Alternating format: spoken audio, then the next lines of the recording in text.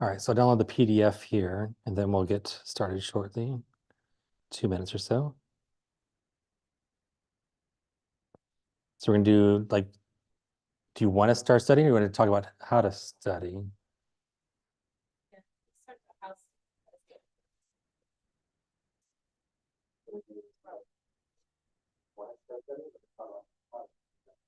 So now I know why I'm echoing. Okay, no echo, good. All right, that was weird. All right, so let's download the things first.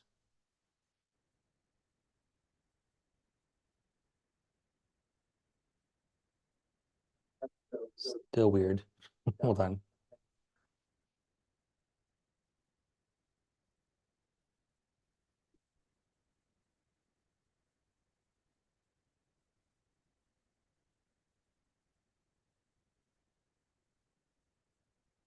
All right, so let's download the PDFs because they're easier to navigate than the PowerPoints. PowerPoints can be a little bit sluggish. I'd be at 3/4 of a gig each. Let's go to content for spring 2024, and let's download the PDFs so we make sure we have those available to us. All right, so let's go to these two. Let me make a PDF of the one we just did. That way we have that available. So hold please, let's make this PDF so we have that available, even though we're just doing the first half. And I'll also make the PDF, so one PDF. So I'll combine the two upstairs when I'm done here, hopefully by tomorrow. All right, so let's export this as a PDF, create a PDF. Sure, last section. And then let's open up the PDF for the first section. I want the one with the scribbles on it, right?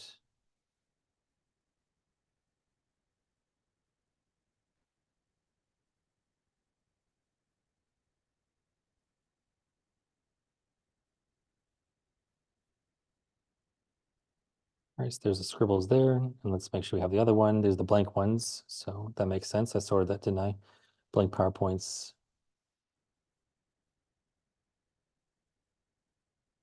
Yeah, part 1 to 30. All right, so let's download that one.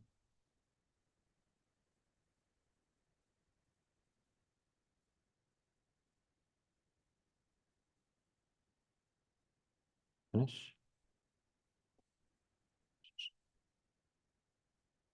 All right, so the first part there, PDF. All right, we have those two there to study from, all right? So again, I try to give you sources that are all in one spot, so that's all there. And again, all the details are there to explain ultimately the symptom or explain ultimately the side effect or the treatment or what it might be, all right? So let's close this one actually, just in case I'm recording in 12 different places. This should be good. But let's start the recording here on Zoom. All right, so yeah, so for studying, so we have our PDFs downloaded here. So there's all the lecture notes on it. So there's all our stuff, right? Our resources. So usually you have like 3 to 5 different textbooks. You have the lecture audio, you have this, you have Nurse Mike, you have Sarah RN, you have all those sources, whatever you have, those are going to be your resources, right? So we have our last lecture, including the self-study materials. So let's go back to our shareable stuff, and we'll create a document here in exam 2 study tools. So usually what's best for me are our tables. That'll concisely put the content together. All right, like I can easily see, like when we discuss valves today, you can say, oh, there's all the valve stuff. That's all I need to do to really take away from valves, right? Same thing with like medications. Usually I try to give you a table for medications. So there's all the medications there. And then we'll explain how the medications work and how the side effects are, what the teaching is. You're still responsible for all those stuff. If you're not responsible to know how it works, right? But again, otherwise it'd be like 1,000 different things to memorize, and that's not going to be conducive to learning. The human brain can only understand like 7 to 9 things at a time. That's why our social security numbers are 9 digits, right? We can say, oh, that's my social security, right? So you can remember that. And then if you do it over and over and over again, you find a path to that social security number 7 times, 10 times, 12 times, you're going to know those things over and over, right? So you have to form that path. And what do I mean? Let me represent that real quick. Let's draw this new share with a little whiteboard here. I'll draw this real quick, what I'm talking about. And I've explained this in like MedSurg Bootcamp, other things, but just to visualize it again, if I have a brain, which I do, I think. All right, so I have a brain here. All right, it got two humps. All right, I got the medulla and the pons. And then I have information. So information I learned today about valves. All right, so I have valves in here somewhere. So let's go and put valves in here in a different color. All right, so valves is in there somewhere. All right, so I've listened to it. So what does the speaker look like? Like that maybe, right? So I've listened to it. It's gone through my, not so much with my eyeballs, maybe a little bit of eyeball material, but it's also gone through my ears, my temporal lobe. My temporal lobe's not there. Hold on. Not sure why I'm making this anatomically accurate, but anyways, I got a temporal lobe up top, and I'm going to listen to this information. Let's put it a highlight, right? I'm going to listen to this information. Oh, yeah, okay. And it's going to go to my primary motor cortex, it's going to synapse there, and hopefully some of it made it down to my hippocampus, my memory storage area. And then also went through my ear holes right there. So some of it went through my ear holes, and it went into my motor cortex, and some of it went down into permanent memory. Your brain is really good about getting rid of stuff it doesn't think is important. Does your brain think valves are important? Not at all. All right. So, but you have to think, make it important. So the way you're going to make it important is by constantly recalling it. All right. So you can keep listening to lecture tomorrow, the next day. You can read the notes. You can do those things, but there's only two things, and it's only going one direction. I don't want to do One Direction songs, but if I did, I would start singing them right now. All right. So it's only going this way overall. Okay. That's all the information is going into your brain in one direction. So you have to take the information out as much as possible, right? So to take it out, you have to then use like speech, for instance. All right, I'm trying to change the color, but it's not letting me. There it goes. All right, so I'm trying to take the information out. So there might be some in the hippocampus there. So if I've kept putting this stuff in, I kept putting this stuff in, and this stuff decays every about 2 to 3 days. Information just decays, right? But I think it was like 40% of it will be in the first 2 hours, and then almost 85% of it's gone in 2 days, right? So we have to start recalling information. We have to take the information that might be in the hippocampus, and we have to then, put it through our mouth hole, right? We have to put it through our armholes. I don't know. We're trying to put it through our arms. We have to start dictating it. We have to start using our arms. We need to start practicing it and start teaching it. This is, teaching, right? You can teach by speaking it, right? You can talk to your dog. You can talk to your favorite plant. You can talk to all of these things, and you can use your arms and write it out many, many times. People like to rewrite their notes, and that will help, right? But you're going to rewrite your notes every 2 days, and that takes a long time to write all your notes, right? We like look at all the information. It's probably like 15 pages, 20 pages at most of all of our notes that we're rewriting over and over and over again.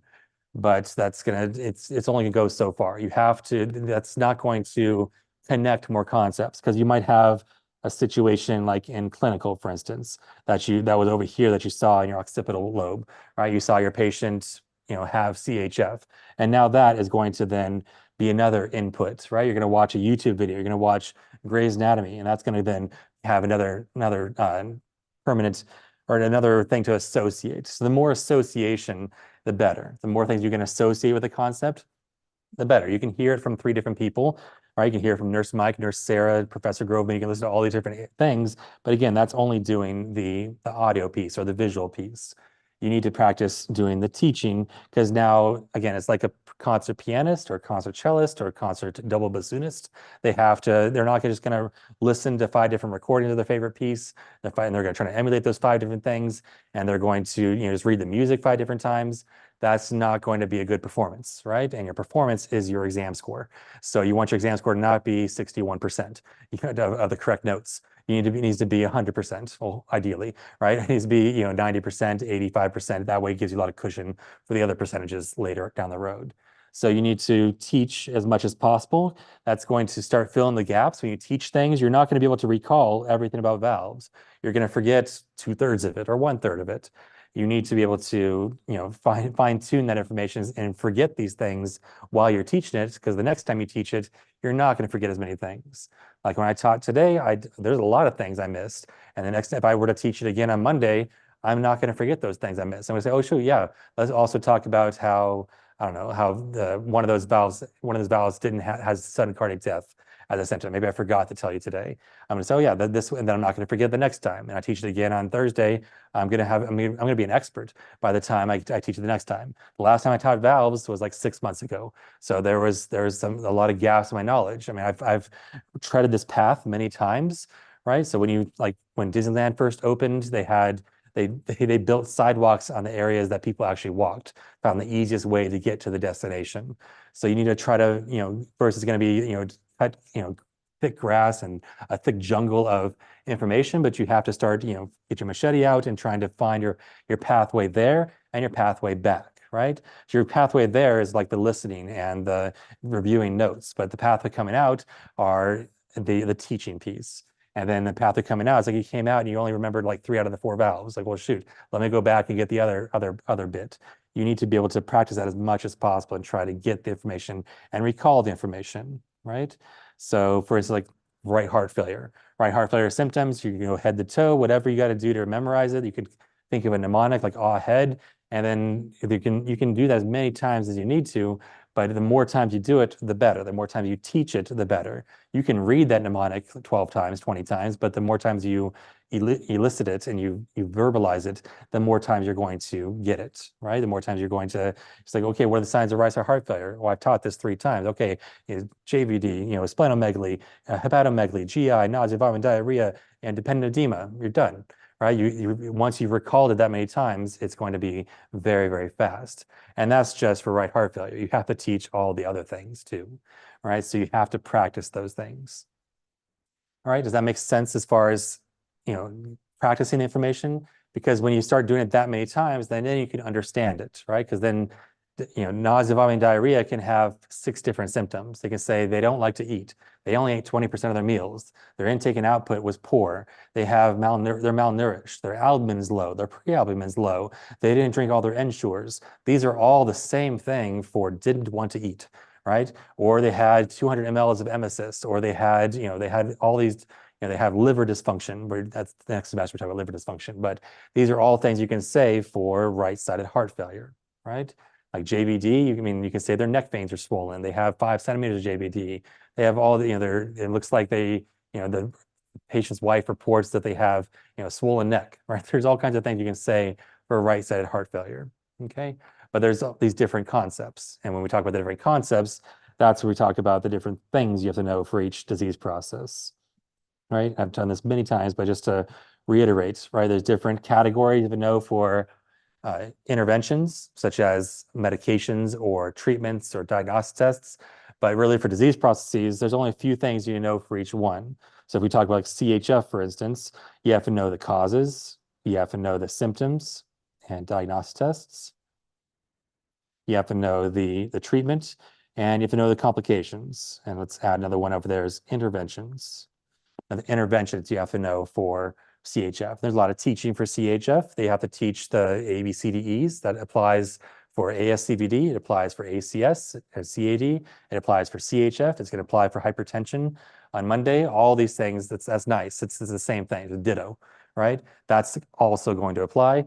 But so it's the ABCs, but what else? There's going to be some other specific things we teach CHF patients, which is like what? What else do you specifically teach CHF patients?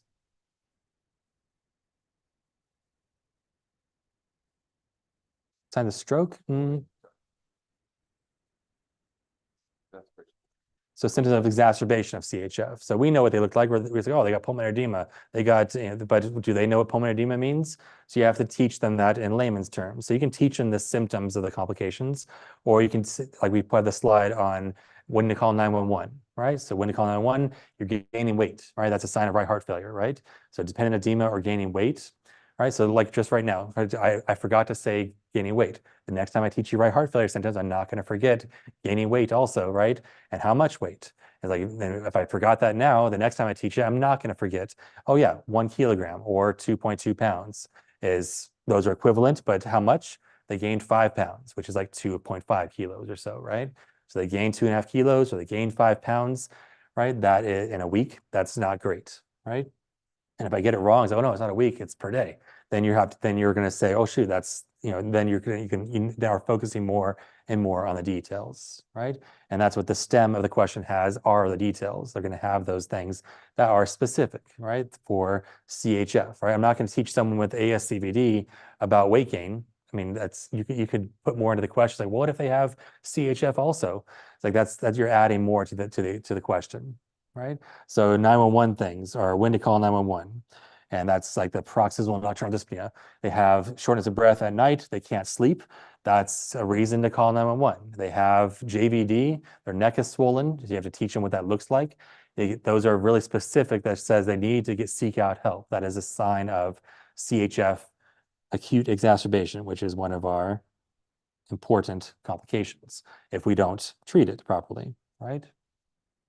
We talk about medications. I give you tables for medications. That's what you have to know is like how they work, what their side effects are, and what interventions have to do. I also gave you a column for the class because the class usually is going to explain all the different examples, right? We have beta blockers. All the examples are LOL. We have ACE inhibitors. All the examples end in PRIL, right? So whenever I see something PRIL, I know it's ACE inhibitor and I know it has this side effect, right? So that's the idea behind medications. All right, does that make sense? All right, what else on studying itself before we actually study right now? Do you have questions on?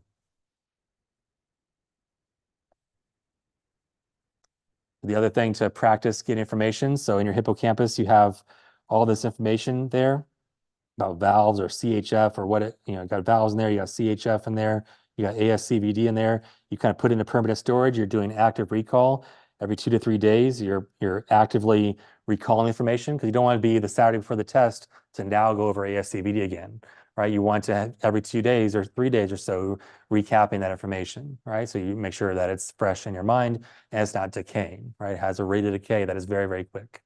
So you need to grab that information out. So you can grab that information by, again, doing teaching. You can teach it all over again. So you just go ahead and start teaching it.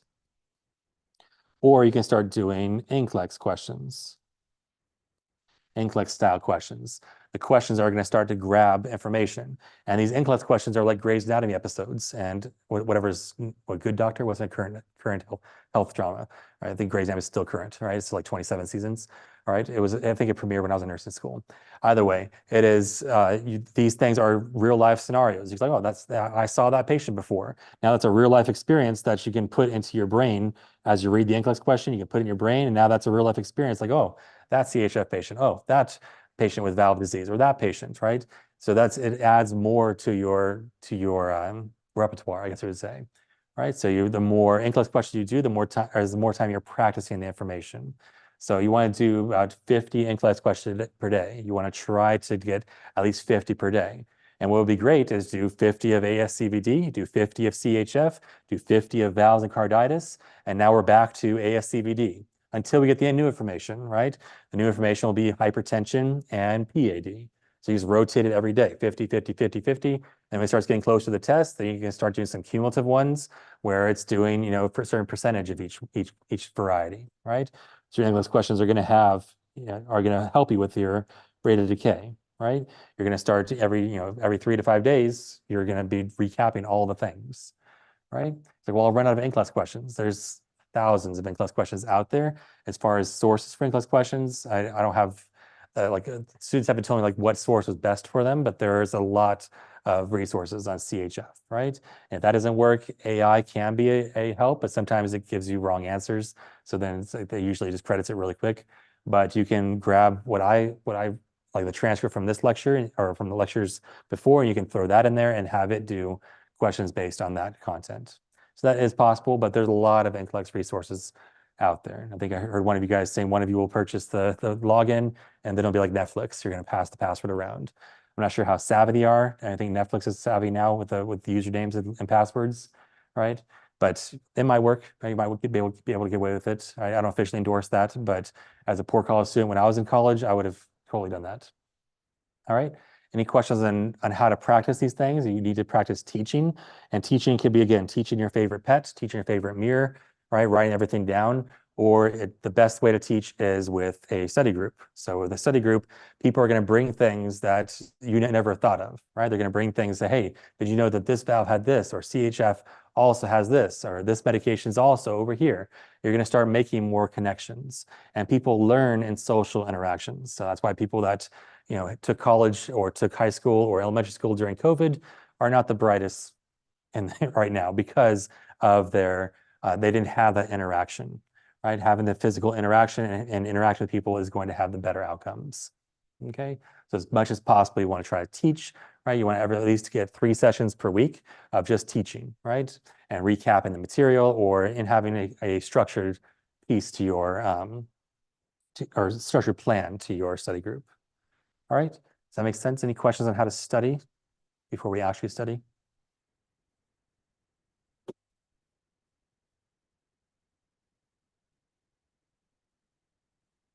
So let's record our screen here. Let's share that. All right, so let's grab some practice tables, I guess we could do, or study guide. What do you want to do? Do you want to make a study guide together? Do you want to make tables together? Do you just want to actually try to study? What do you want to do? Because you have to do all the above to be successful. You have to make study tools that you can bring to your study group and study from. If you're bringing the whole PowerPoint, yes, that can work too. But you want to try to have interpreted the content in some fashion. Make a concept map. Make a table, right? And you don't want to be making the table on the Sunday before the test. That you should be done with the first week content, right? That should be done. And I know you have clinical worksheets. You have other thing, clinical 12 hours of free labor. We have that also, but you want to try to get that all completed by the end of the week, right? That way you can start studying it at least. Or before your study group, keeps you honest. Say, hey, I have study group on Wednesday, and we're going to go over ASCVD. I should have all my ASCVD stuff complete, right? And then now we're going to go to study group. We're doing ASCVD. You're going 2 hours doing ASCVD, right?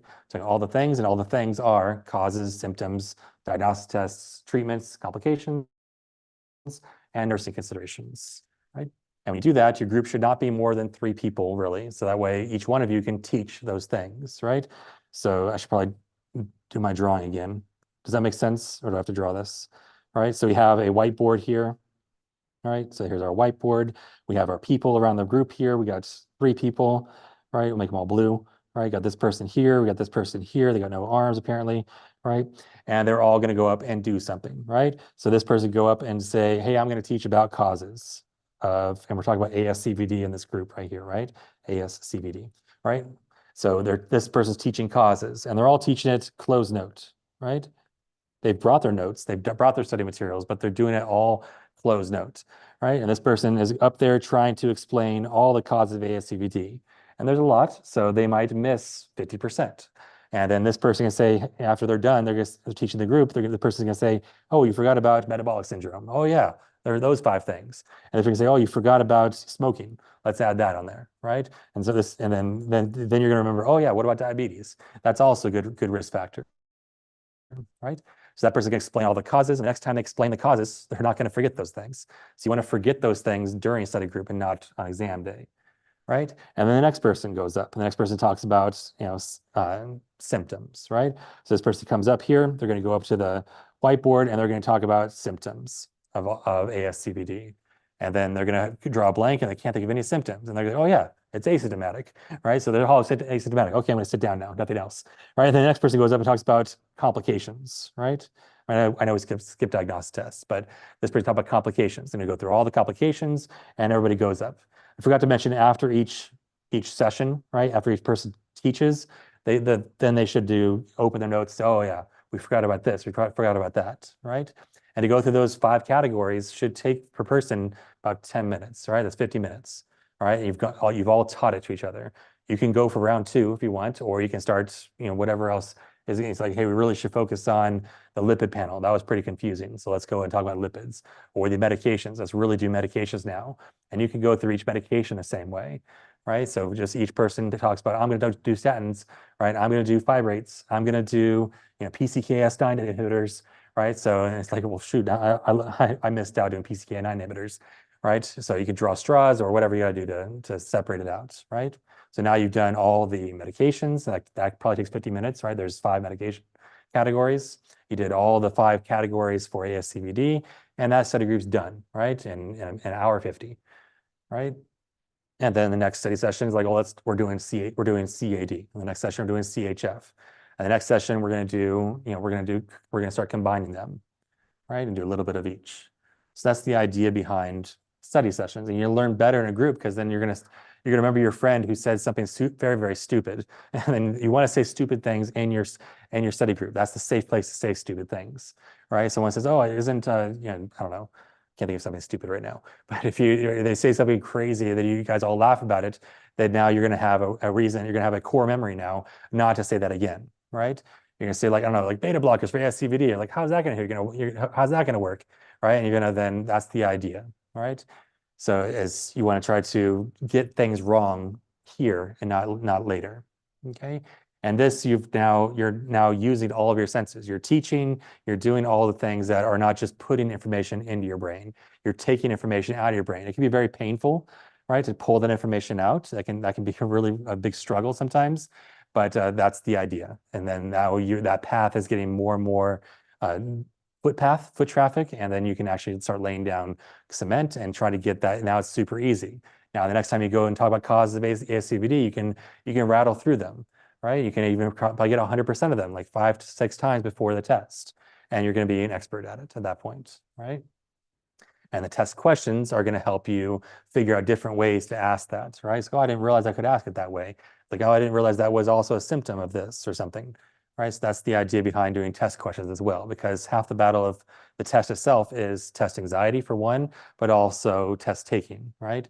Realizing that this is, how do I take, what is this asking me, or what is this, am I paying attention enough detail?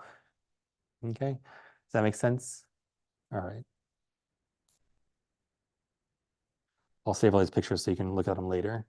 All right, so let's close this and share what we're doing originally. But do we decide what we want to do? Do we want to do study guide? Do we want to do a table together? Do you want to do you want to start studying like this, or someone goes up and starts teaching things? Because if I teach it, that means I know it. All right, I'm not the one taking the test, unfortunately.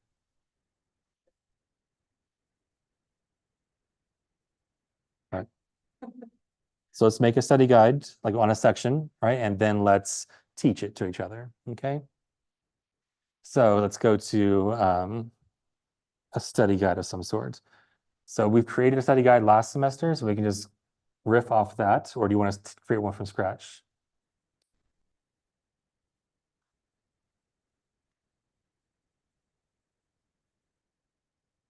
Semester, and then I just looked at the PowerPoint and kind of like added in whatever wasn't there. Mm-hmm.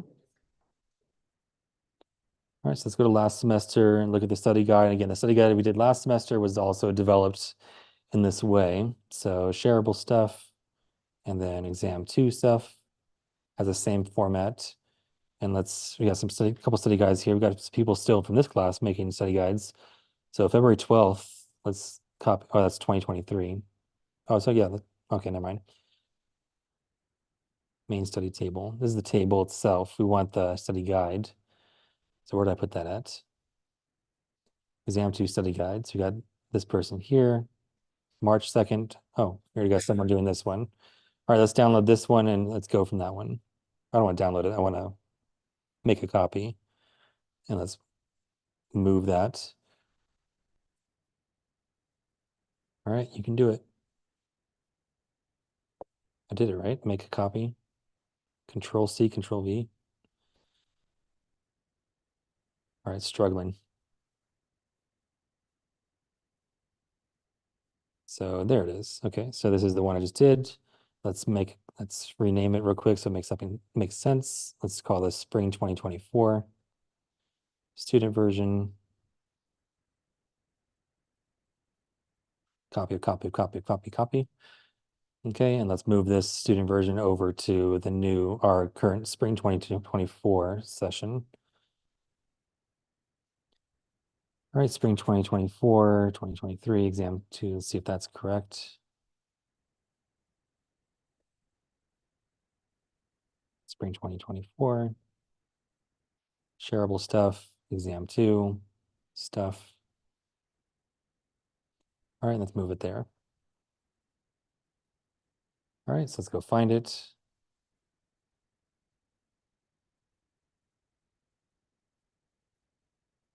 Spring 2024.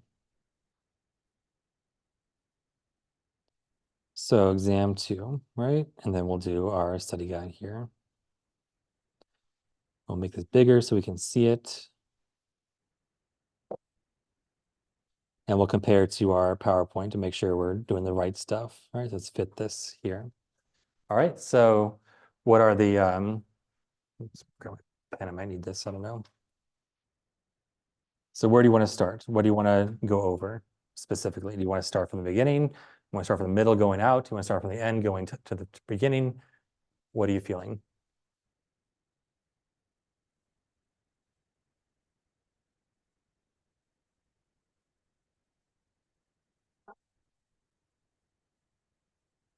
Well, I did the study guide part already, so you want to start, you said you wanted to start with.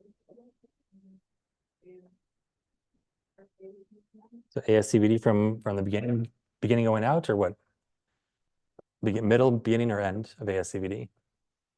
Beginning. All right, so we have non-modifiable risk factors here. I thought it fit, didn't I? That doesn't look fitted. Isn't fit supposed to fit? Okay, anyways. So exam 2 study guide. So we're gonna, sorry, Alex, we're gonna rename this. All right, so this is a study session.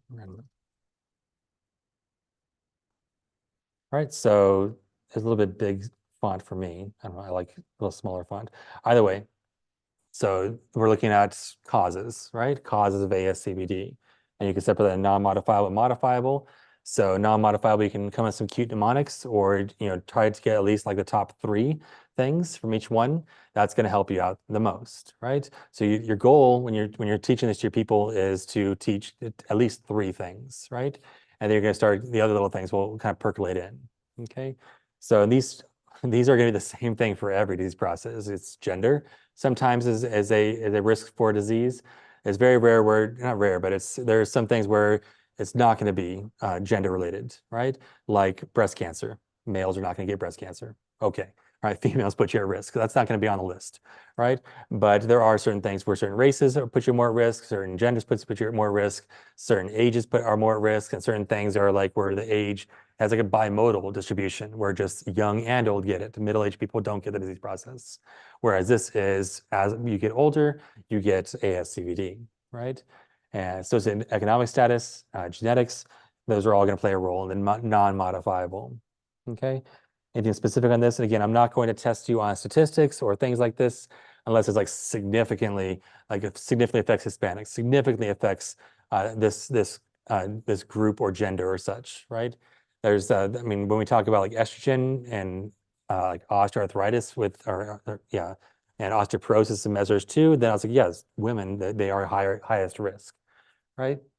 Women are also protected here because of estrogen. So that be something that would be important. Like women are less at risk than men. But again, statistics are not as important, I feel, as knowing the symptoms, knowing the treatments, and knowing how to teach to it. Okay. So I would probably put this on one line just so I'm not taking too much space. The less pages, the better, because right now we're at how many pages here? 14. So I'd try to get this down to at least 10 pages. That way, for the first lectures, there's 14 for the whole deal, right? Or for hypertension and everything. Yeah, so that's pretty decent actually. All right, 14 pages for the whole thing. If I want to make it 10 pages, I can cheat right now. Let's make it size 8 font. All right, your college students, you can see small things, right? You don't have cataracts yet. Okay, so now we're already 11 pages. Cool. All right, let's zoom in because we're a digital nation. We can see things much clearer here. All right, and again, I would make this a little bit. So gender, bam, race, bam. Then you can start figuring out, you start seeing mnemonics kind of emerge when you do this. Or I might just put the women and men by themselves. All right. So yeah, so then modifiable. So this is where you talk about metabolic syndrome. We talked about metabolic syndrome with diabetes. It's important for ASCVD. It's important for hypertension as well. So I might put that here, all right? So 3 out of 5 and say also for DM and hypertension, right? All right, and so it's also super important for those guys. All right, so BMI 25, obese, sedentary, waist size, right? What's worse, A1Cs, there's the diabetes, hypertension. So we have to know hypertension normals because we're going to talk about hypertension in detail. And then dyslipidemia, so C chart below in ABCs. That's for what we teach patients. So they know what a good cholesterol is. We try to empower them and say that so they know that this is, I need to get this number down. How do I get this number down? I do these things. I do the ABCs, right? So so LDL greater than 190, and really ABCs is you got to figure out what side of the table we're talking about. Are we talking about good lipid panels or bad lipid panels? You're talking about bad lipid panels, these all check out, right? Triglycerides greater than 150, I think we said, yeah, and then cholesterol greater than 175 times 3, increases total cholesterol, which is your LDLs and HDLs. But if those are high, that's bad, right? Which one do you not want high? Right? So I might, bold that or something. So I know that that's the one that's different because everything else is elevated, right? So everything else is elevated and HDL is when they're low, right? So I had to figure out how am I going to figure that? LDL low? Do I want that is low bad or is low good? So you had to try to get it straight in your mind, and having a table can help you. So you can easily see someone that's getting ASCVD versus someone that is being fixed or trying to fix with ASCVD, with medications and diet, exercise, et cetera, right? So there's two sides of the coin on that. All right, so CKD, this will come more into case when we talk about CKD, but smoking for sure is important. That's part of our ABCs. We need to know that. And then stress, okay, diet is important. So if you don't know what diet stuff to do, bad diets put you at risk and cause ASCVD, and you have to know what to recommend for someone, right? Because the patient's going to ask you, what do I eat, right? And what should you eat? Mediterranean is second place. What's first place? Plant-based. Is vegan first place? It's not because vegan you can have a junk food diet as a vegan diet. Twizzlers are vegan. Oreos are vegan. So yeah, just eat Oreos and Twizzlers. You'll be fine, right? That's not going to make you fine. They need to have a whole food plant-based diet. And then second place, Mediterranean. Third place, can we do keto diets? Maybe. Keto diets are really high in fats and meats and such. Probably not the best. All right, and then E2H, that's part of our ABCDEs as well, right? So that'd be something that we would also definitely drinking E2H is going to cause it. And then for the fix and interventions we're going to teach them not to drink, right? And then hypertension is a significant, this is also kind of overlaps with hypertension. All right, so that makes sense as far as causes. All right, so if I'm making a table, I would put this in a table, right? A table is going to take up less pages than this study guide would. Okay. Anything else we need to add to that we didn't talk about as far as causes of ASCVD? Autoimmune, again, you don't know autoimmune disorders technically right now. So we'll talk a lot about autoimmune diseases and MedSurg 2. And that's really where we would test. I'm not going to test you on autoimmune diseases. I'm going to say, do you know what lupus is? That's not important. I'm going to test you on things that we are going over. So on the final, we can give you CKD, right? For this test specifically, we're going to test you on hypertension stuff. We're going to test you on lipid stuff. We're going to test you on, CHF is not there, so CHF would be a wrong answer. It'd be a nice distractor. Does CHF cause ASCVD? No, right? CHF does not. How would it, right? So like that's where you would know the why. That's why you went to lecture and you listed the nursing theory, and you can then explain it. In your study group, someone will say, why doesn't CHF do it? And then you explain it, like, well, how would it do it, right? You kind of walk it through, and it's like, well, there's no reason. I don't see any connection. And then you guys can't figure it out. I can be the tiebreaker. You can direct message me and say, hey, does CHF cause it? And I would say no. I wouldn't make fun of you, but I would say, we talk it through. Maybe that'd be something you would laugh at yourself in. It's like, oh, why would extra fluid cause this? And it's like, well, what if extra fluid has lipids in it? And extra lipids you're not putting out into the kidneys. Then you get kidney failure. You're really digging deep into that question, right? You'd have to, I'd have to tell you there, yeah, CHF that led to CKD that would then put them at risk for this. But that's like two to three steps twice removed. That's way too much information, way too much. Yes, it is a high level question, but that's not what we're getting at. We're trying to do like one step removed kind of questions, right? So they have, hypertension is a risk for ASCVD. right? So I would give you a blood pressure, 146/92. And then you would say, oh, which one of these would put you at risk for ASCVD? Well, BP 146/92. And why is that? Because BP over 130/80 is a risk factor. That tells me that you understand the concepts. I don't want you to come to the quiz and intellectually vomit 130/80, 130/80. That's not going to get you very far. But can you recognize 130 greater than 130/80, for instance, right? Or can you recognize their HDL is 32? That is a risk factor for ASCVD. That's a cause of ASCVD. And I've kind of pointed out causes versus risk factors. I use them interchangeably. Truly, you can't say something's a cause unless it's genetic, because that is the cause of it. Really, it's when it's 95% the risk factor for that disease process, like smoking, for instance. Not everybody who smokes is going to get ASCVD, but 95% of them will. So we kind of use them interchangeably. So technically, yes, risk factors are the correct terminology, but I just say causes. I'm not going to get to that detail. This isn't a statistics course, right? And because it's not a statistics course, I'm not going to test you on what the most common thing for something or most I can't even say it, statistically significant thing is. Okay, so that's the kind of questions you would ask on this. So kind of the kind of questions, we got the BP on there for like a SATA, for instance. We got a BP of 142/96. Well, shoot, that's one of them, right? Or it says BP of 122/72. That is not one. I would not select that one, right? That's not a risk factor for ASCVD yet. But if they have a waist size of 42, that's male or female, that's bad. That would be something that to be select as a correct answer, right? And then it could be then rephrased. Instead of that, it could be a picture of a waist size or a picture of a belt. I don't know. It could be the wife complaining that her husband's waist size, her husband's always apple shaped, right? So that could be a risk factor for ASCVD. So you just have to figure out different ways to trick each other in study group. That way you're not being tricked on the test. Okay. And again, on the test, I'm not trying to trick you. We're trying to say, do you understand that hypertension is a risk factor, right? And how do I know you understand? Is you can say the blood pressure is greater than 130/80. Okay. I feel about the rest of it.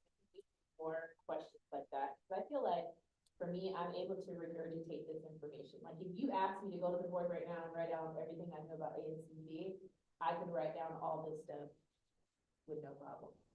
My issue is when I get to the exam and I'm reading through the questions and I'm trying to does this apply or does this not apply?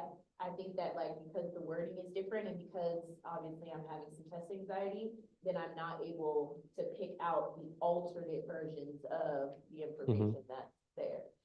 Yeah, so one of the ways to practice is in-class questions themselves. And then looking at the back of the book to find analysis level questions, critical thinking level questions, because the in-class books will give you all 5 categories. They'll give you just knowledge-based questions where you can just find the right answer, right? You're just finding something that you studied, right? Whereas if the higher level questions are ones where are like kind of like teaching, geared towards teaching, is like the patient says, I know my ASCVD is better control if my waist size is less than 45. No, 45 is not right. 40 is right if they're male, right? Or they say if my HDL is less than 50, I know that my ASCVD is under control. No, it's not. It needs to be greater than 50, right? I know it's controlled if my LDL is less than 190.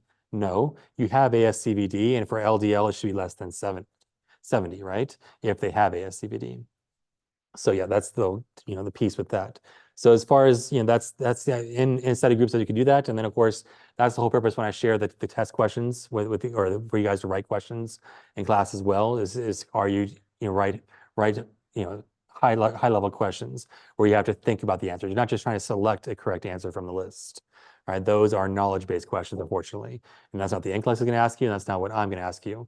75% or is it 85% of the questions I ask you have to be critical thinking level questions, and that goes up in Message 2, and in Message 3, it's supposed to be 100% of the questions are next level questions where you have to have one step removed. Like, are they, is the blood pressure elevated or not? You have to interpret that information, right? Like with the EKGs, I interpreted the EKG, and now what are the causes, right?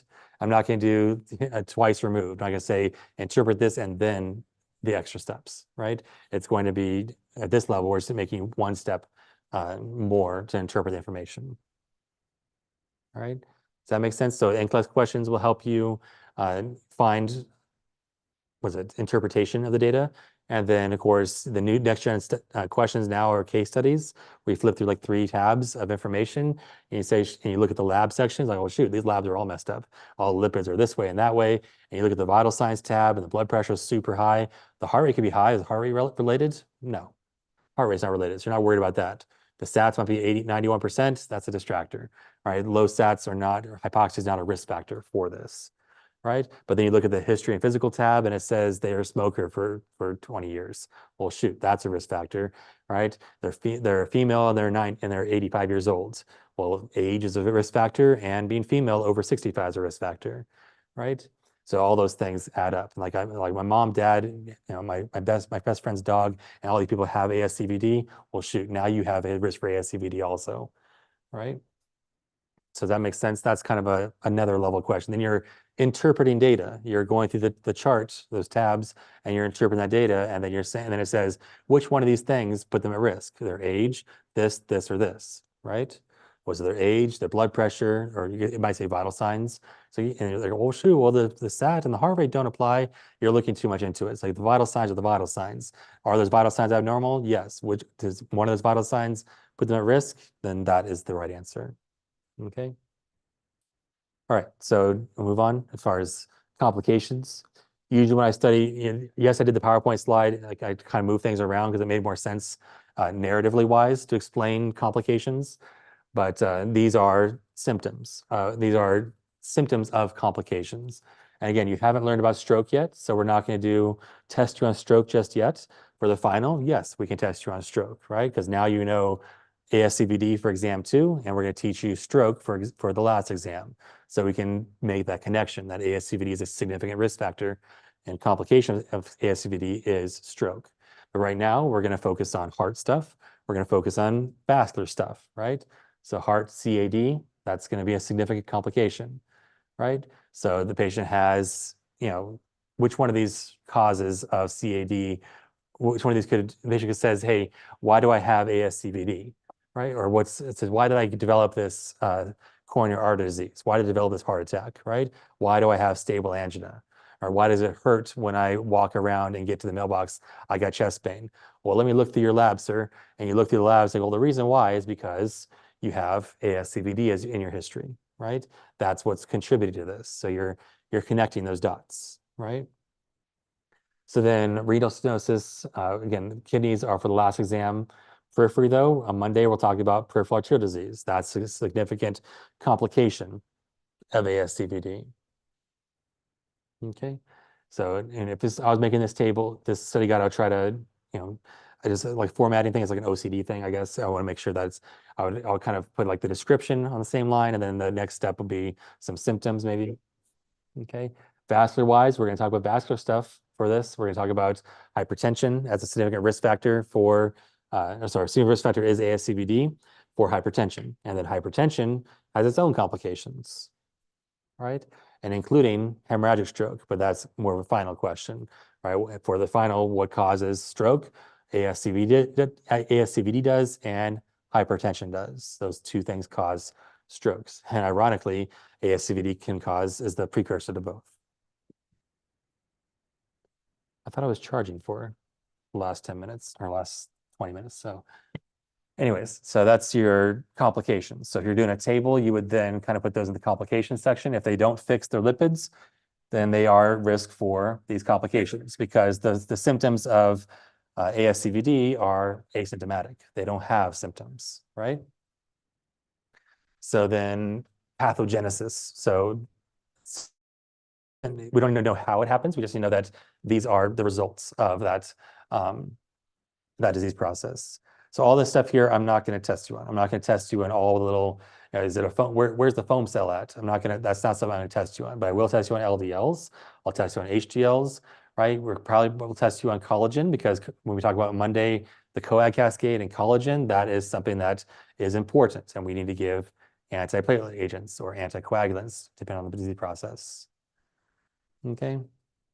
So I don't know if you want to delete this right now, but we're not going to talk about all these things. This looks like we just kind of transcribed this from the slides. And again, the slides are explaining the symptoms, right? We don't always need the explanations. That's kind of what your textbook is. It's a reference. It's an encyclopedia. You don't read textbooks. You don't read the encyclopedias. I know I read Wikipedia. I end up like on Carrot after I study World War II. But it's still, you're still, those things are been formatted by many people, but the textbooks have been designed by one person, two people, and they're very, very dry. It's really hard to read a textbook. So the PowerPoints have distilled all the information. Your slides are an outline of the textbook. It takes all the things from the textbook, and then it has pictures, right? And sometimes I reword things because I don't like the way they did it, or the textbook might be incorrect. And that's why you have different editions of textbooks, right? So these slides that I've developed they've gone through 3 to 5 different iterations. They've been looked at all the latest evidence, all the latest articles, and all the things to make sure they're accurate, that we're giving you accurate information. Okay, so we talked about some of these things. We might have to fine tune this a little bit. All right, so PAD, I'll probably combine those that we aren't reiterating ourselves. So that's something you can do to make sure we're not putting too much information here. Okay, so going down to prevention. So prevention is your nurse interventions, right? These are all the nurse interventions. If you're doing a table, this is the last column where these are things you're teaching the patient. Right, so this ABCDEs. Okay, so as far as I would probably split this up. So lifestyle and kind of put it in an ABCD format, right? So if I were to rewrite this, we won't do this now, so we don't waste our time trying to be OCD and trying to make it look pretty. But I would kind of put this in ABCD format. So A would be what? So aspirins, they need to take aspirin, right? When they have an ASCVD event, they take aspirin. And then B would be, there's not a second A, but what's B? Blood pressure. So blood pressure less than what?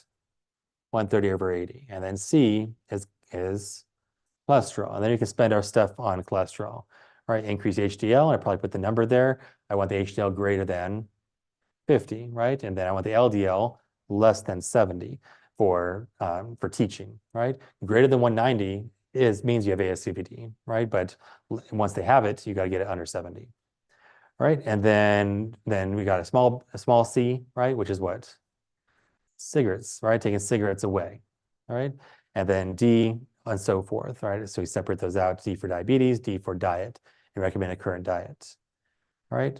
So this is kind of where it summarizes all the things, right? Well, here's the normal values, and here is, do they have ASCVD or not, right?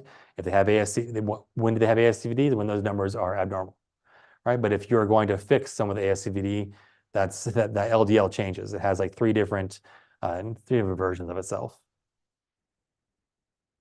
All right, and then statins. So now we're talking about medications. So you always do non-pharmacological, then pharmacological, then surgical. There's no surgical options for ASCVD. We can't go in there and like roto-rooter out all their vessels. We can roto-rooter out strokes. We can roto-rooter out coronary like MIs. We can go in there and scoop out the lipids, right? That works, but you can't do that for all the vessels, right? So then that's talking about each different disease process and how each one's fixed. We don't want to get too detailed.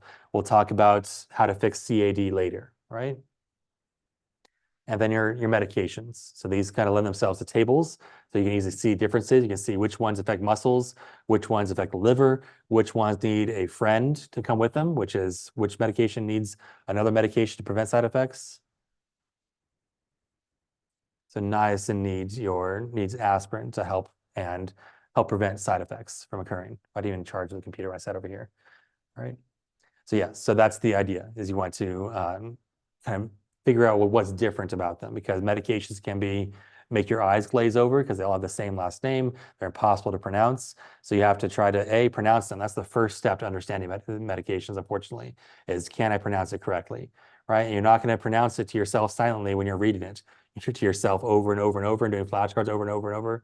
You're not going to have that tongue dexterity to be able to pronounce it correctly. So when you're in a study group, when you're talking about it, that's when you're going to get the pronunciation down. And then it's going to be stored in your brain better when you can pronounce it, when you can say ezetimibe, not ezetimibe or something. I don't know. You're going to pronounce it. When you pronounce it incorrectly, you're not going to have as much confidence as you would if you can pronounce it correctly.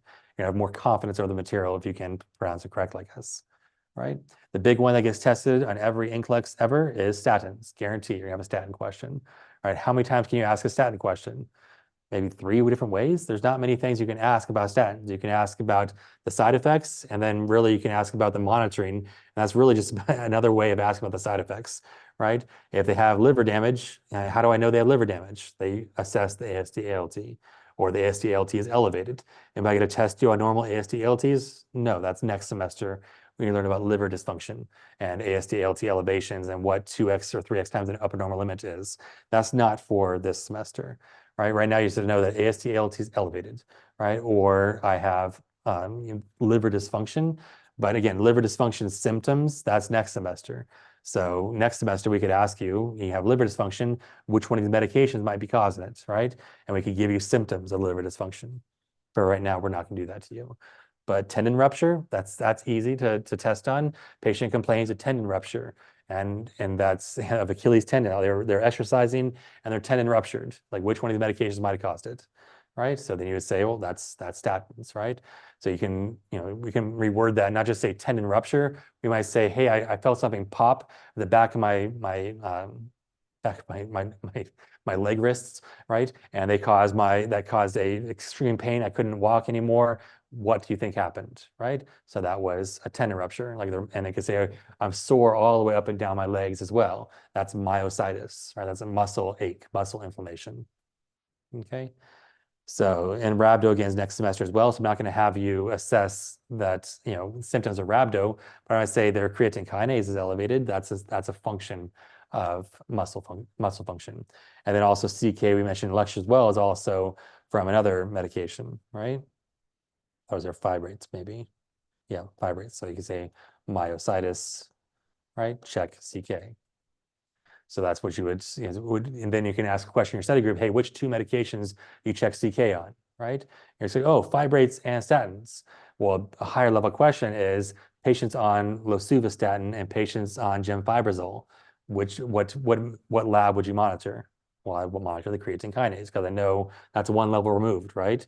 You know that fibrates cause it, but do you know an example of a fibrate, right?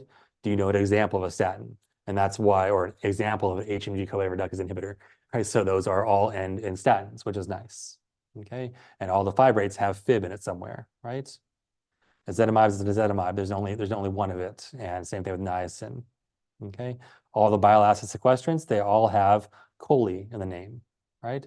Chole being referring to our bladder, right? If we took medical terminology, we know that refers to our bladder, right? Our bladder, to our gallbladder, right? Our bladder is vesicle. Okay. Mm-hmm. So you're gonna ask us by the name of the medication or by the group?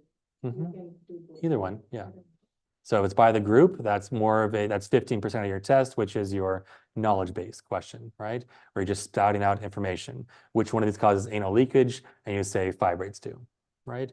But as far as saying patients taking cholestyramine and they're complaining of anal leakage and they're complaining of stinky, very foul stools, that's steatorrhea, right?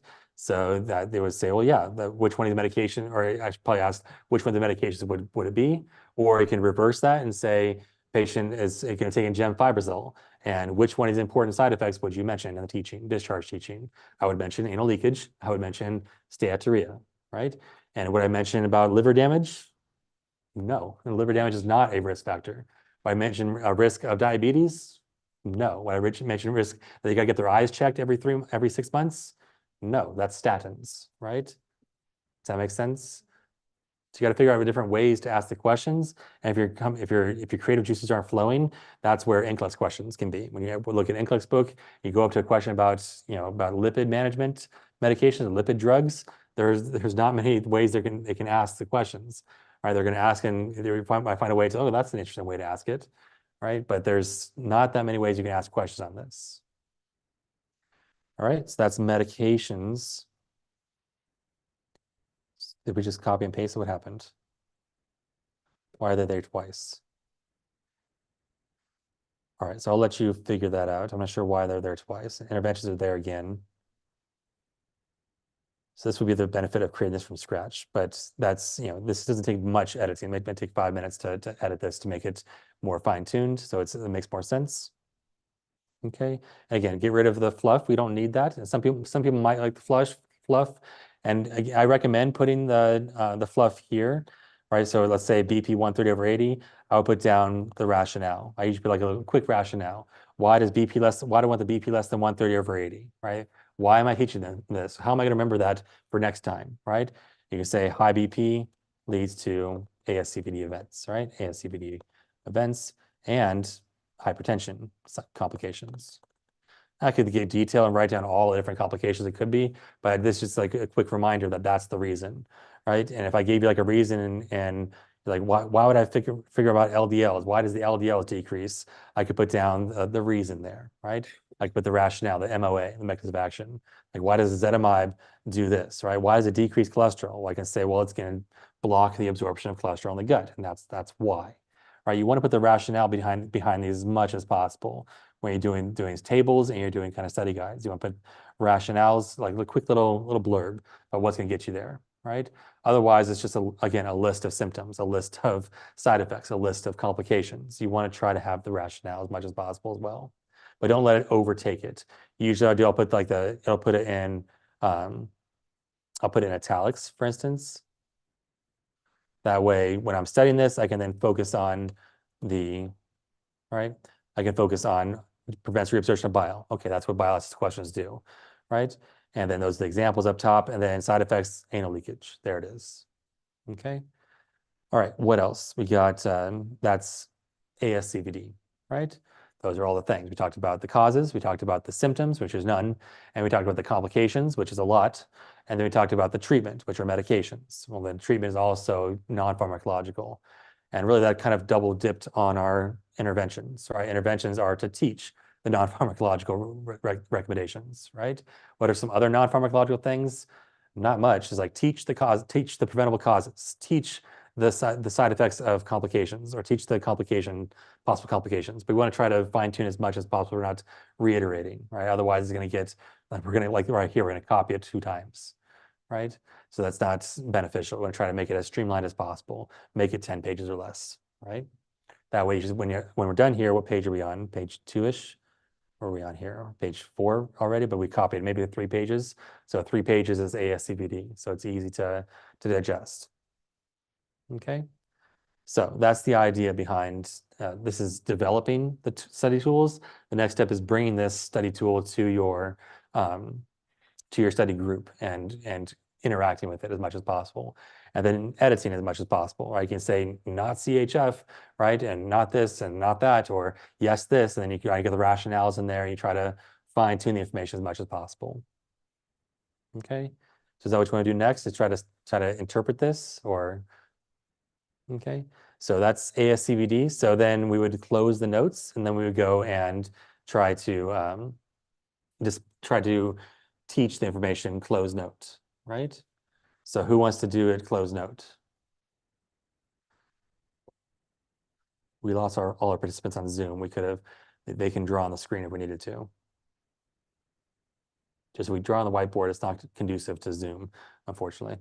So how do you want to look at this? So we can make another table here. We can make a table for ASCVD. Okay. All right, so study Sesh example.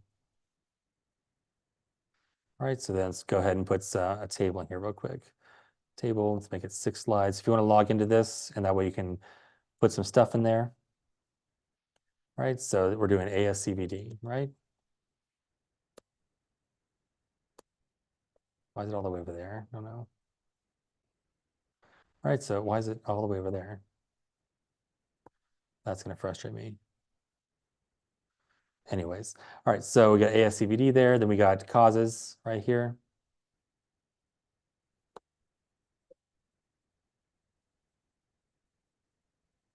I have it here, may hit refresh. Got symptoms, we got treatment, so signs, symptoms, and diagnosis tests. You can make diagnosis tests its own column if you need to, but treatment, we got complications, and we got nurse interventions, right? And I know that treatments have, there's going to be some medication. So let's just do another chart just for meds, because I don't want to muddy up my table up top. Of course, that's a different size. All right, so let's do meds. We got some examples or class, right? Class and examples. We'll put the class, then under that, we'll put some examples, and we'll put some MOAs, mechanisms of action, some side effects, and then some nurse interventions, things I'm going to teach them, make sure they do, otherwise they might get more side effects. Okay. You can also do this for diagnostic tests. Like if you talk about like TTE and TEE, or if you're talking about valves, you want to differentiate them, TTE versus TEE. That'd be my table down here, TTE versus TE. Is not related to ASCVD, it is related to valves, right? And endocarditis. I put down indications, when's it needed, right? And also kind of meds, I kind of skipped over that. Usually the meds I kind of group together. We always kind of want to put down indications. When is this needed, right? Let's insert a column to the left. Sometimes you say this is indicated for ASCVD. Okay, and sometimes you'll find a medication that's also used like for diabetes, right? Colesevelam is also for diabetes. And that's what kind of medication?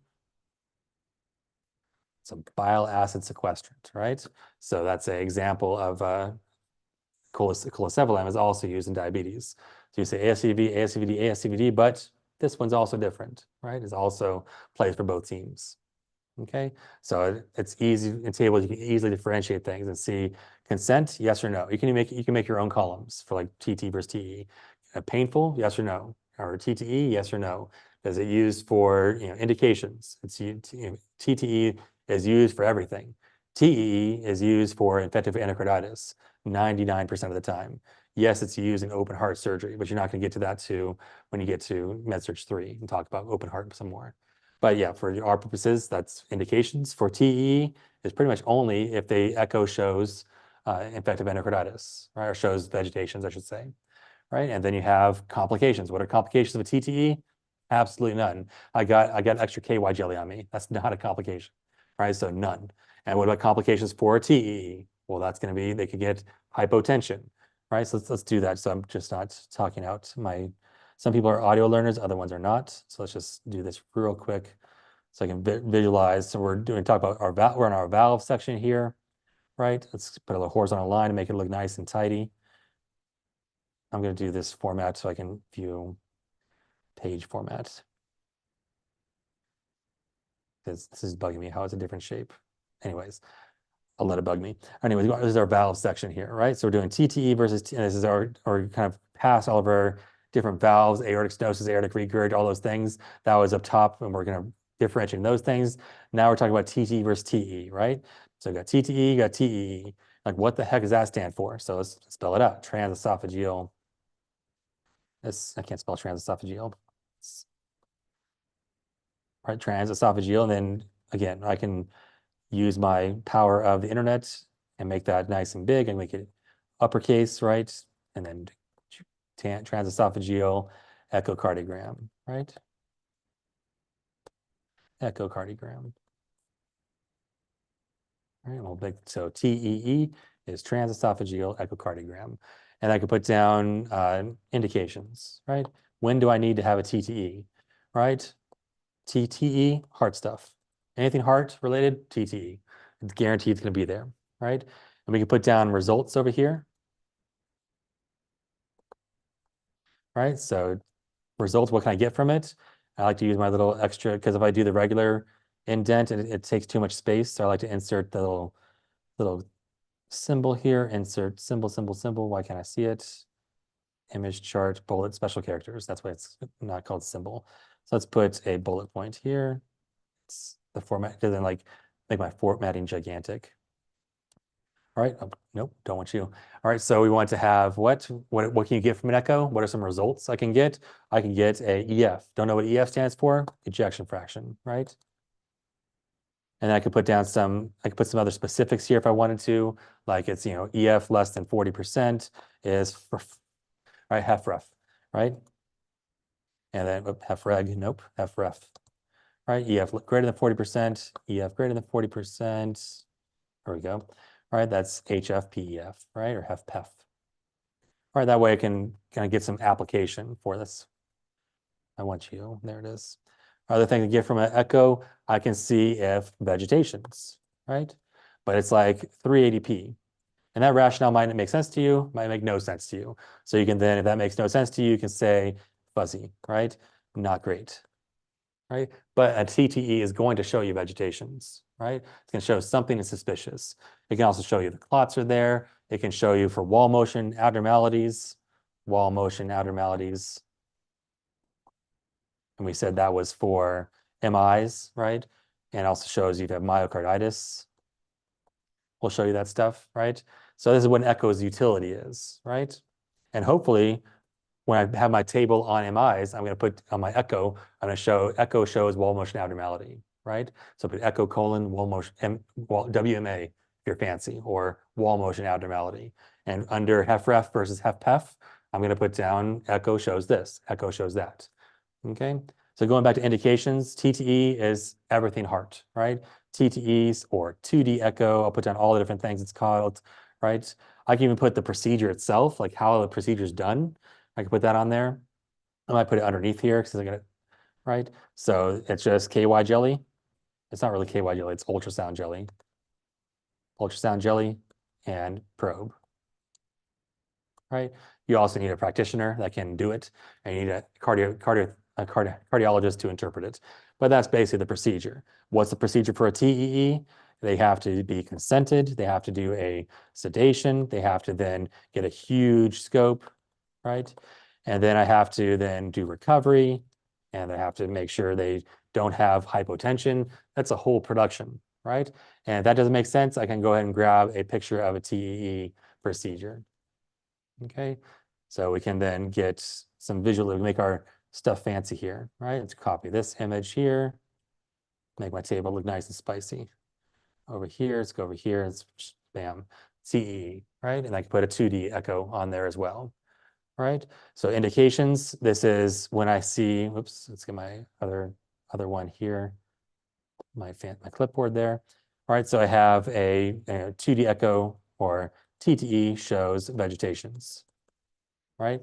That's an important reason, okay? So then other things, I've always said here, like maybe put like consent, right? Consent question mark. Make this column a little shorter because that's not going to use a lot of brain power, okay? So consent, no, right? Consent, yes. Okay, and you can say the reason why. They have to get anesthesia, they have to get all these things, right? And then we have other things like nursing considerations, right? Things I'm going to teach them, it's not going to hurt, is this, that. I mean, I don't want to be redundant. If it's in the other columns, I'm probably not going to add it there, right? Just specific nursing things I would do, right? There are specific, you have to recover them, right? You learn that in first semester about recovery of patients and the perioperative patients. Yes, you got one head nod. All right, so yeah, so you have that's recovery, and then you got to copy and paste everything you know about recovery here. If you don't know, you can kind of put in the parentheses there, kind of remind yourself. Got to make sure vital signs are good because they get hypotension, right? That's a significant side effect. I could put down complications, I guess, right? Indications and results, but what about complications? Insert column to the right. Complications of a TTE, absolutely none. It's impossible to get a complication. Maybe there's like a short in the KY jelly and they slip on fall on the floor. I don't know, but there's no complications for a TTE. But for this one, it's hypotension. Okay, and I might not memorize that, so let's put a reason why. Hypotension is due to anesthesia. Okay, and then you can put down every anesthetic causes hypotension to remind yourself. Okay, and then this is they can be the procedure itself. I think rarely it might perforate the esophagus. That's like a bad proceduralist, but the complications are it's usually the anesthesia itself. Okay, so you got to recover the patient, recovery of patients. Okay, and that's where conclude. Make sure vital signs are good. Make sure they can swallow. Make sure they have all these things. They're back to their baseline mentation. Right. Make sure their pain's under control. Are they gonna have pain from this? No. Their throat will be numb. They're gonna numb the throat. They're gonna relax the throat, and they're gonna put this scope down there. Okay. Does that make sense? All right. We kind of got off topic. I apologize. All right. So ASCVD. So everybody's logged in. Everybody's on the deal. All right. So.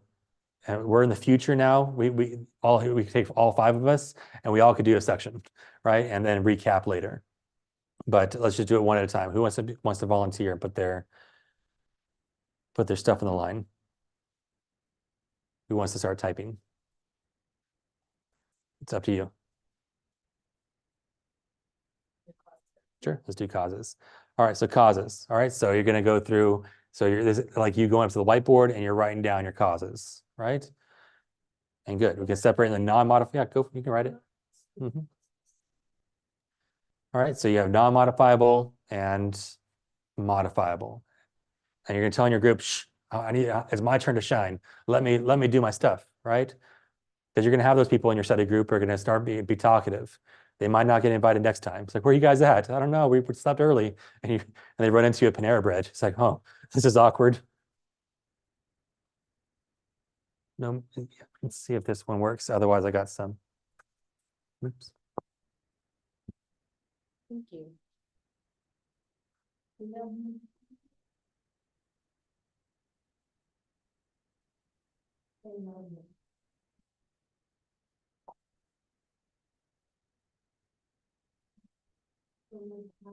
So again, if we couldn't remember the values there, then we can, everybody's doing closed note right now. And then after we finish this first section on causes, then we can go back, oh, I couldn't remember the number, but there's the number now. All right. And now you're not going to forget it the next time. Right.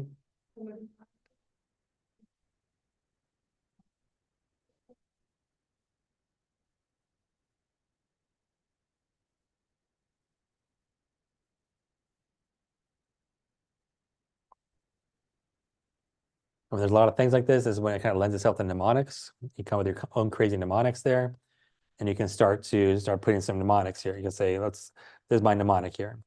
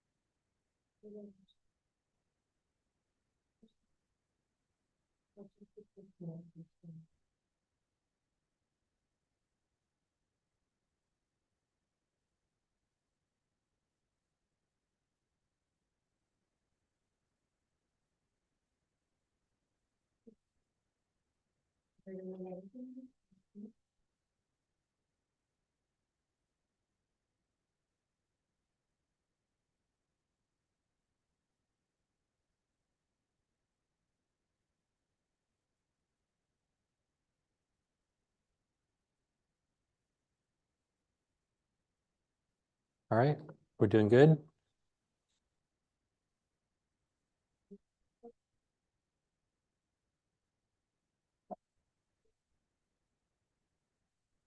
All right, so you can kind of see how this is kind of being fleshed out. You can flesh it out from the study guide. You can flesh it out from the lecture notes, whatever. This is your study tool to bring to study session, right? And then, of course, you can teach it as many times as possible in a study session, trying to teach it to each other. And then then you can start developing questions from it, right? You can start asking the group, say, hey, let's talk about alcohol. How much, or let me write a question for you, or you try to think of one interpretation of this, right? Like I mentioned the blood pressure before. Let's talk about like I don't know, the nurse interventions, right? The ABC, right? You would say, hey, which one of these would be appropriate, right? So I'm gonna give you a SATA. And then you can easily write the question from this, right? You say, hey, it's gonna be, keep your blood pressure less than 140/90. It's like, well, no, that's not the right number. It shouldn't be 140/90, it should be 130/80, right? You can say you can encourage keto diet. Well, for diabetics, that's cool. It's not cool for someone with ASCVD, right? Encourage I don't know, let's say, encourage, like we have over here, encourage 120 minutes of exercise per week. That's not right. It needs to be 150 or more, right, per week. So those are things you can ask in study group, and as another adjunct to your time. So one of the things is teaching. That should be a lot of your study group, at least more than 50%. Should be teaching the material to each other, right? Especially things that are complicated. Like at first you can go over the materials. Like I don't understand lipid drugs at all. Let's talk about lipid drugs. Let's try to digest it. Let's try to think about it. And like you then develop the table together, or you do something to make it make sense. And then now you just close your notes. And now you just talked about it. So it should be somewhat fresh, right? And now you're going to then try to teach it to each other and teach, and you can go, one person can do one drug class at a time, right? And teach all those things, or do 2 drug classes. Like you do ezetimibe and niacin, and you do statins. Everyone knows statins, but so maybe they just do one. And then you do these 2 ones, right? And they can then try to teach the group. And then as a group, you're like, did that one cause anal leakage or not? Right? Or did that one cause steatorrhea or not? Or did that one cause muscle damage or not? Did that one need aspirin also or not? Right? So that's the idea of trying to fill those gaps before it's test day, right? You want to be able to have those, you want to be very, very comfortable gathering that information, right? So if you're like, I know niacin was some medication, if you've taught it 5 times, 3 times even, 2 times even, you're going to know exactly which medication it is. Because if you forgot it the first time, you're probably not going to forget it the second time. If you forgot it the second time, you're definitely not forget it the third time, right? And there's some of us that have goldfish memories, and that's okay, right? Where it's, you have to tell someone 3, 4, 5 times for them to do something. But usually after you've told someone once, twice, they're going to do it the third time, right? So it's the same thing. You're tricking your brain. You're trying to recall that information that many times, right? Otherwise, the information is just an immense amount of information. You have to be able to try to gather the information and put it and store it away and retrieve it as much as possible. Storing is great, and storing it in this fashion, a table fashion, is great, but you have to be able to recall the information, because that's what the test is. It's your ability to recall the information, right? So you have to practice for the test by teaching, and also in-class questions are going to help you recall the information as well. And in-class questions, again, are going to help you with the test-taking strategy. You're going to realize, oh, that's different, or you're going to realize, oh, it's not right for there to be 2 answers that are opposite. It's not going to cause hypotension and hypertension, right? It's like, why would it cause both, right? When it's not asking for like the complications of TEE, it's not going to have hypotension. If it has hypotension and hypertension, it can't be both. So automatically, if nobody knows anything about TEEs, they could answer that question. Now they went from 100, no 25% being correct to 50% being correct, because they just eliminated an answer, right? Or 75%, or 33% actually. So statistics can get weird. All right, so that's the idea. You're practicing those things, and then it might ask like, what interventions are you doing? And then it says, I'm going to do. And then it's asking for an intervention, not an assessment. So there's those things to hack in-class questions. It's like, what's the next thing the nurse will do for intervention or do for teaching? That's an intervention, right? You're not going to say, well, I'm going to start assessing this. No, you've already assessed it, so that's done. Now we're looking at intervention, right? If it says, what thing will you assess next? It's not going to be interventions is the correct answer. Okay, so that's the idea with practicing in-class questions. It helps you with the test-taking strategies as well. All right, does that make sense as far as studying these things? So we finished ASCVD. It took us 50 minutes, right? So that's so now you can take another 50 minutes and do ACSCAD, right? And do another 50 minutes tomorrow with another study group. Or if you have more energy, right? Usually what gets me more energy is going to a different location, right? So we did Panera Bread. Let's go over to Starbucks now. Starbucks doesn't have many tables anymore. They're trying to kick us out. But let's go to the library, for instance, right? Library closes at 8 p.m. tonight. So you can go to the library, and the library closes at 8 p.m. Well, shoot, let's go to, I don't know, let's go to, what's another place you go to? That closes at 10, right? And you're done there. It's like, well, I got more energy. Let's go to Denny's. Denny's open 24 hours, right? And you can get meals at each place and get fat like a good nursing student, right? So you can lose weight outside of nursing school.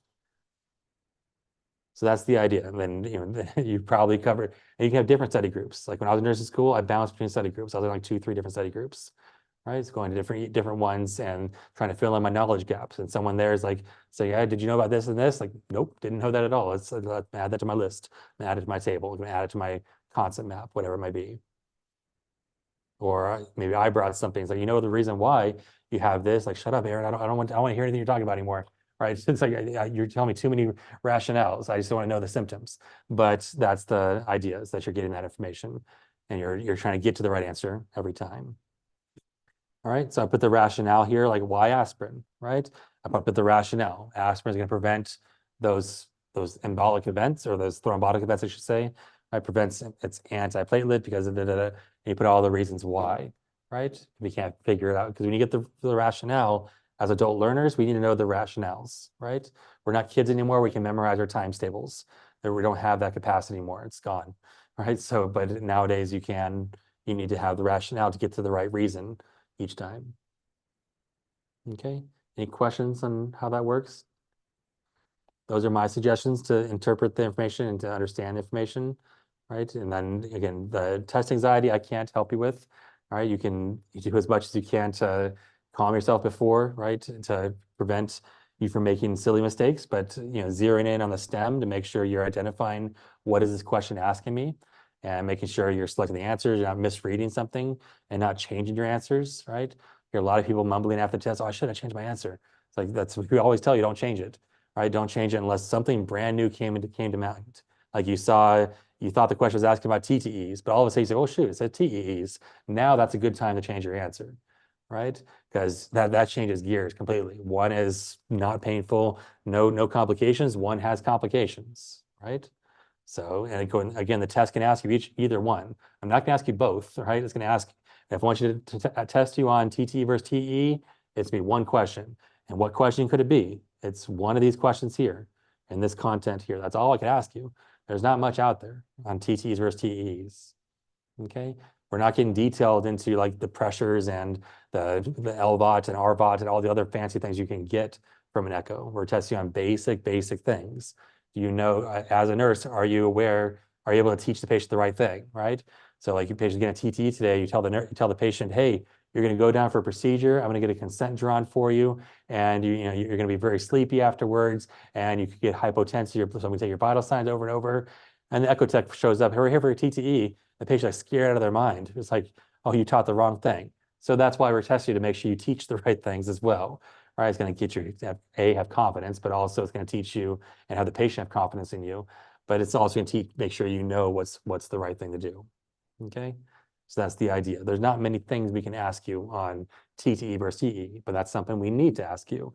We need to ask you ASCVD questions. And what are those questions we need to test you on? I purposely make sure I ask you a question on a symptom, make sure I ask you a question or diagnostic test, make sure I ask you a question on a cause, ask a question on a treatment, complication, and nurse intervention. So when I write the tests, I try to make sure it's A, fair, but also B, it's a fair assessment of your knowledge too.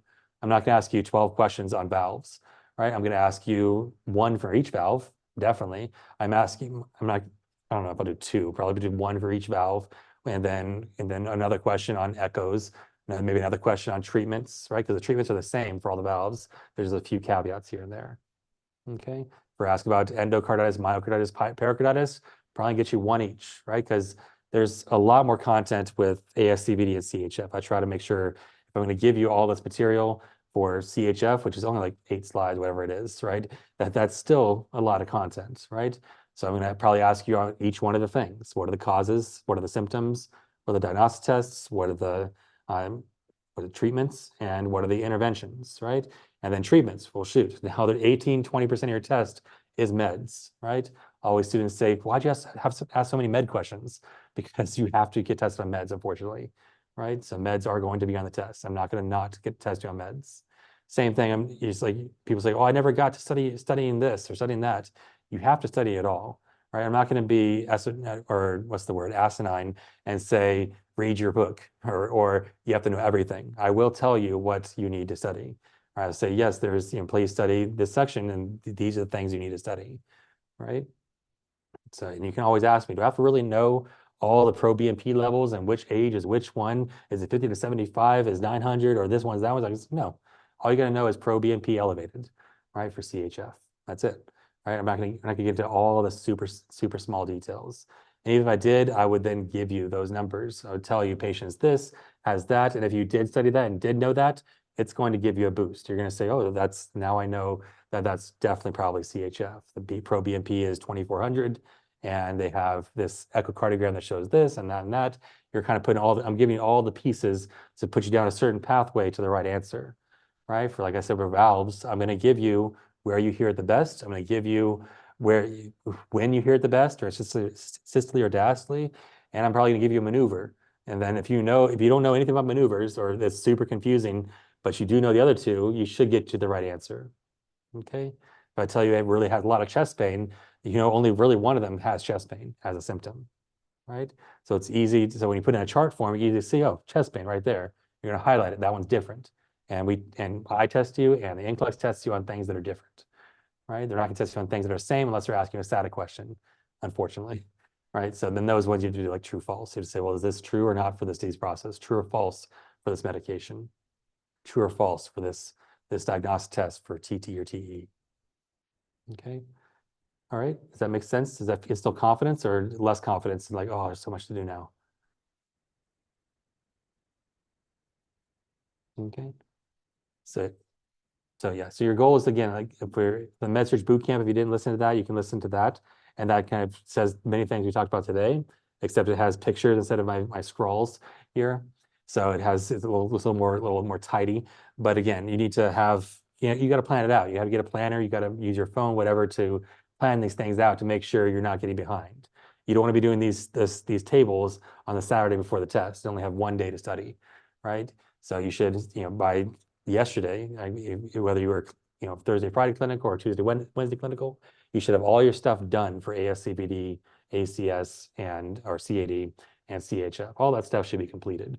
So all that stuff should be done, and now you should have been to study group at least 3 times to go over the material, one for each bit really, right? So that you're interacting with the material. And I cannot change how fast the course goes. The course goes extremely fast. So that is going to be and also another challenge to be successful, right? And it's not just this course, it's on all other courses as well. If you look across social media, it's all the same things, right? I used to think before social media it was just ABC. It was just me that had say, why is my nursing school like this? But no, that is a commonality. Okay. All right. If that's it, then we'll hang up the phone here.